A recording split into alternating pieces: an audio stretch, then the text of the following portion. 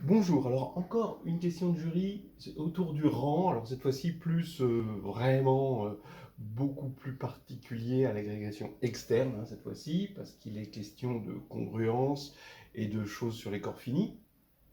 Donc soit P1, nombre premier impair, et deux matrices A et B symétriques sur Fp, le corps Fp, et il faut montrer que le rang de A est égal au rang de B si et seulement si A et B sont GLN de Fp2 congruentes. Alors GLN de Fp2 congruentes, ça veut dire quoi?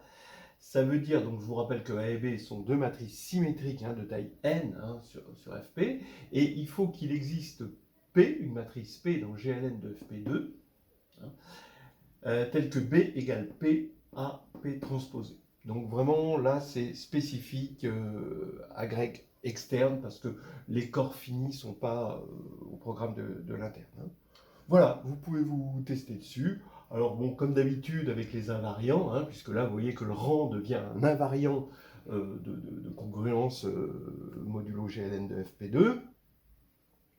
Eh bien, le sens facile, c'est toujours pareil, c'est le fait d'avoir un invariant. Le fait d'avoir un invariant total, c'est-à-dire dans l'autre sens, eh ben c'est plus difficile. Mais en même temps, ça ne demande pas un savoir encyclopédique.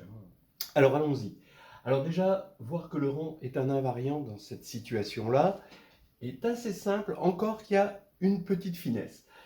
Si A et B sont GLN de Fp2 congruent, donc si on a cette situation, alors vous voyez que B et A sont équivalentes.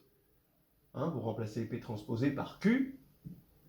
P et Q sont deux matrices inversibles, donc A et B sont équivalentes, donc elles ont même rang. Mais il y a quand même une finesse, parce que ici, on parle de rang sur Fp implicitement. Alors qu'ici, on a un rang sur Fp2.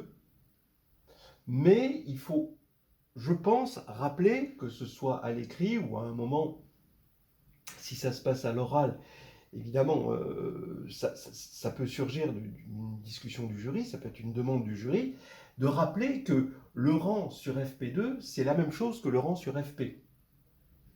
Voilà. Et ça, c'est quelque chose de relativement profond quand même. C'est pas n'importe quoi. Par exemple, bon, on l'a dit, ça se démontre avec le critère par les mineurs du rang. D'accord, que le rang d'une matrice, c'est la taille maximale d'un mineur non nul. Voilà. En tout cas, bon, dans ce sens-là, ça va. Dans l'autre sens, c'est toujours pareil pour les invariants totaux, c'est-à-dire il faut montrer, on a des classes de congruence, et on va passer entre A et B, donc on a le rang de A qui est égal au rang de B, et il faut montrer qu'elles sont congruentes. En fait, on va montrer qu'elles sont congruentes à une matrice de forme normale. Et une matrice symétrique de rang R de forme normale, il n'y en a pas 36, c'est cette matrice avec R1 et que des zéros. Donc, il suffit de montrer que si A est de rang R, alors A est congruente à cette matrice, qu'on va appeler JR par exemple, et dans ce cas-là, si on arrive à montrer ça, B qui est de même rang sera aussi congruente à JR, et du coup A et B seront congruentes entre elles par transitivité. Voilà. En tout cas, vous vous doutez bien que le calcul d'une matrice P est totalement hors de question. Ce n'est pas quelque chose qui doit être traité comme une équation dont on cherche les solutions par le calcul. Donc, on passe plutôt par la géométrie des formes quadratiques, où on va faire plutôt un changement de base. C'est-à-dire que cette congruence doit être comprise comme un changement de base dans les formes quadratiques.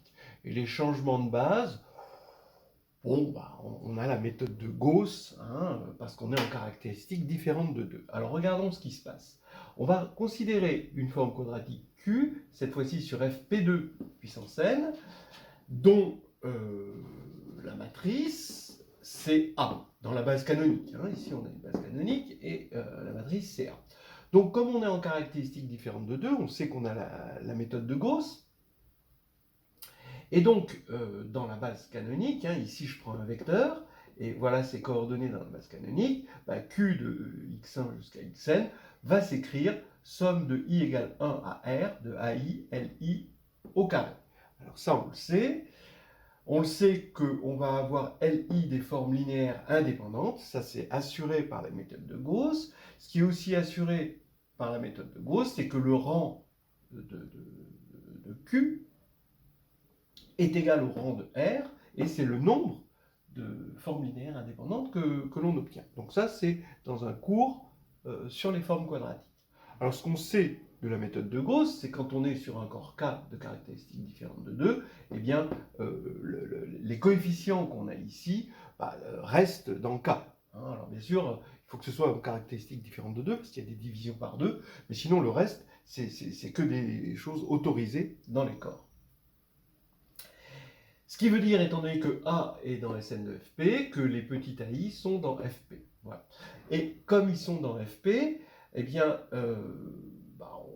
ils peuvent avoir une racine carrée dans Fp, mais ils peuvent ne pas avoir de racine carrée dans Fp, mais ce dont on est sûr, c'est qu'ils ont au moins une racine carrée dans Fp2. Alors pourquoi? Parce que on sait qu'ils ont une racine carrée dans une extension quadratique, une extension de degré 2, hein, de Fp. Or, il n'y a qu'une seule extension de degré 2 de Fp, c'est Fp2. Hein, donc on sait, ça c'est un théorème, qui dit qu'il existe un unique corps fini de cardinal P2.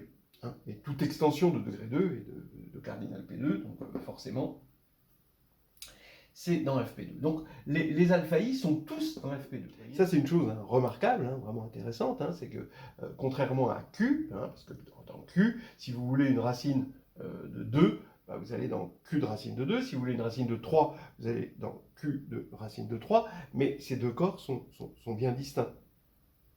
Alors que là, c'est les mêmes corps. C'est la force de l'unicité d'un corps fini à P2 éléments, Pk éléments en général. Bon, bref, j'ai ces alpha i dans Fp2. Bon, ça tombe bien, je travaille dans Fp2, donc je suis toujours sur mon corps. Donc j'ai Q de x1 jusqu'à xn, c'est une somme des alpha i li au carré. Comme les li sont des formes linéaires indépendantes, bon, les ai sont non nuls, j'aurais dû préciser, sinon on n'aurait pas le rang R. Eh bien là, les alpha i sont non nuls aussi, les alpha i li sont aussi des formes indépendantes, je les appelle L'(i), i allant de R à R. Et maintenant, comme elles sont indépendantes, je les complète en une base du dual de Fp2 puissance n. Bon, alors maintenant, je vais prendre la base antéduale E'(i) des L'(i). Le job de cette nouvelle base, c'est de faire en sorte que L'(i) d'un vecteur U, c'est la ième coordonnée de U dans cette base. Donc ça veut dire que maintenant, mon vecteur U, quand je vais l'écrire dans cette base, la forme quadratique Q, Q de U, mais dans cette base, va s'écrire somme de i égale 1 à R des x'(i) au carré. Ce qui veut dire finalement que la matrice de Q dans cette nouvelle base, c'est exactement la matrice Chière dont on avait parlé. Donc on a montré ce qu'on voulait et c'est terminé.